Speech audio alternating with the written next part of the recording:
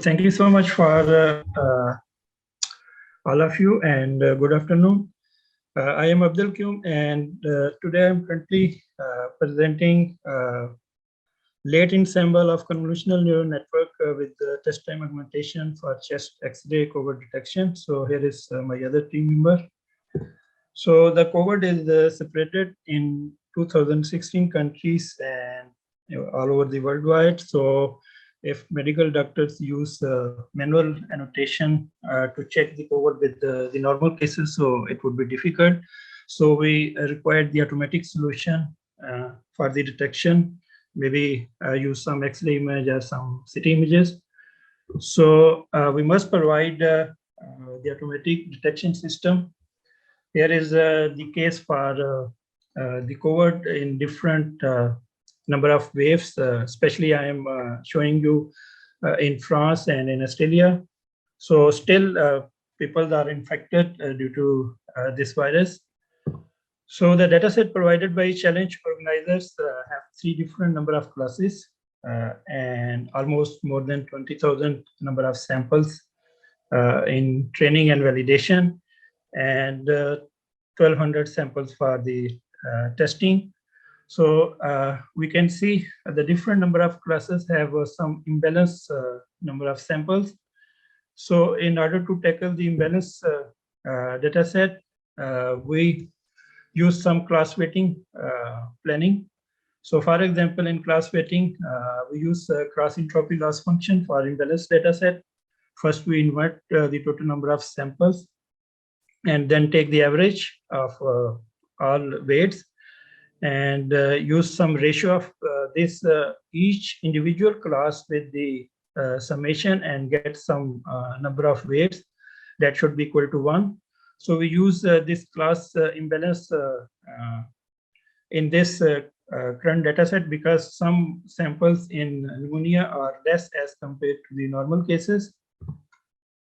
So the formulation for proposed solution, the different deep learning models are trained on ImageNet dataset. So we have used these different number of pre-trained models on this dataset. We retrain on this dataset using some fine-tuning and append some extra classes.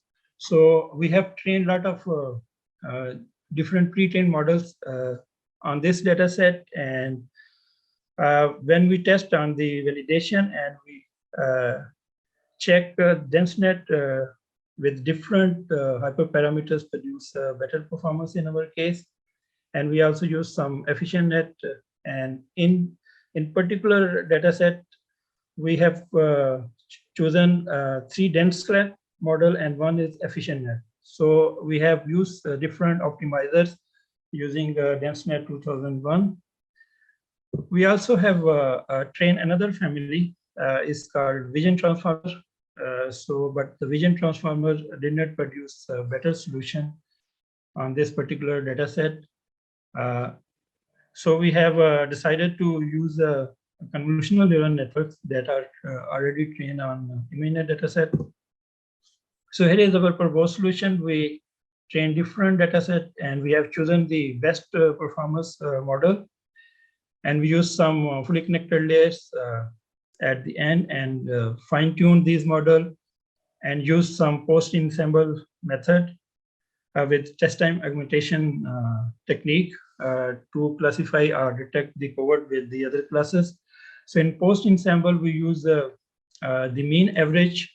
We take the average of probabilities of the last layer and take the sum and divide it by the total number of models. So in this case, we have 4 good model and we use this probability in the last layer divided by the 4 to get the post-ensemble on the test time. And the next, the third step, we use test time augmentation. So in test time augmentation, we have different augmentation that we can use in training and testing time. So first we tried horizontal flipping and vertical flipping with some rotation to check the test time augmentation. In test time augmentation, we can use the test image with some augmented image to get the average and check the probability and high confidence to take the average of input image with the augmented image. So in our case, horizontal flip and vertical flip produce better performance as compared to the other test time augmentation techniques. So here are different number of training and optimization parameters that are used in our proposed solution. We use the PyTorch framework with Python 3.7, and we also use some dependency such as the OpenCV, skimage to prepare the dataset. Our code is publicly available at this link. So for the optimization, we use a data augmentation method such as a center crop with horizontal flip and vertical flip. The dataset has different input resolution, so we have cropped all the images with 224 to 24 because this input image provide better solution as compared to choosing the other dimension. So we use a 32 batch size and input size is 224. We have trained our model on 1000 EPOS, but we use some stopping criteria 15. If we on the validation set, if we see the results did not change, did not optimize well, so in stopping criteria, our model maximum of approach 100 EPO and stop the optimization. We have used different optimizers with the different deep learning model, Adam, AdamX, and AdamW.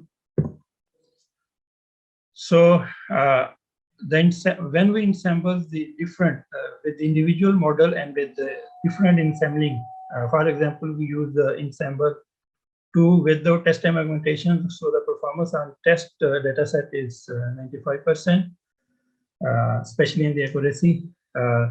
So when we ensemble 4 model with test time augmentation, so we got 95%, 95.67% accuracy with the same level of sensitivity and specificity. So this was the good score when we ensemble the 4 model as compared to individual. So this is performance on validation dataset.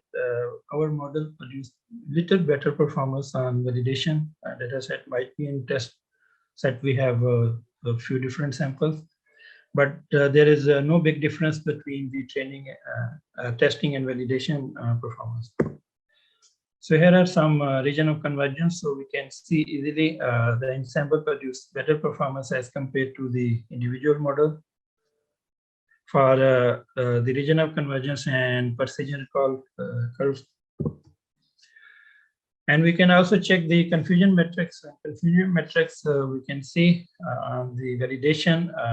In forward cases, we have less wrong prediction as compared to normal and pneumonia. So in normal and pneumonia, we have a more wrong classification, as you can see in the ensemble and in the second individual DenseNet 2001 model, 201. Okay. So here we have the feature projection of last logics layer from the ensemble model. So there is little overlapping between the features of individual class. In lower projection, you can see if we use 4 ensemble methods, so the overlapping between features of the last layer with the class forward 1 and normal is very little overlapping as compared to if we use the different ensemble method. So in this way, we can judge and we can see the explainability of a deep learning model. We check the feature similarity or dissimilarity using some TSNE projection, feature projection technique. So in conclusion, we have our model produce optimal performance, but still it is not sufficient. maybe we can use this as the first step for the automatic detection, but we have some limitation in our proposed method, especially during inference or prediction. If we use test time augmentation, the model maybe it's not good because of time. So especially for the real-time application, this is maybe not useful. In terms of performance, the test time augmentation produce little better accuracy as compared to without this. So it might be in some application, if we use the offline processing, so we can use this TTA with different pre-trained model. But if we require some real-time performance, so it might be not useful. So this is the main limitation. So in future, we will explore to different other optimization method to check the performance of our proposed method. There are different reference, and we are very thankful to the organizers. They provided very good data set, very well organized data set. Thank you so much. And if you have any questions, so please ask me.